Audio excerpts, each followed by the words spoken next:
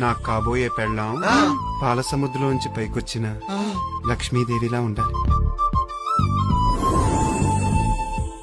ఎక్కడ ఎక్కడ ఎక్కడ ఉందో తారక, నాలో ఉక్కిరి బిక్కిరి ఊహలు రేపే గోపిక.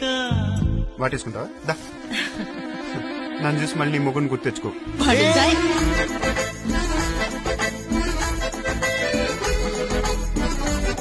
ఏ కోతి, నాకు తలకాయ నొప్పి వచ్చింది, ఓ కాఫీ తీసుకురా.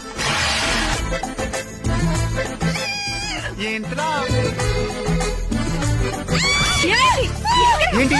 ఏమైంది ఏమైంది ఏమైంది ఏమైంది?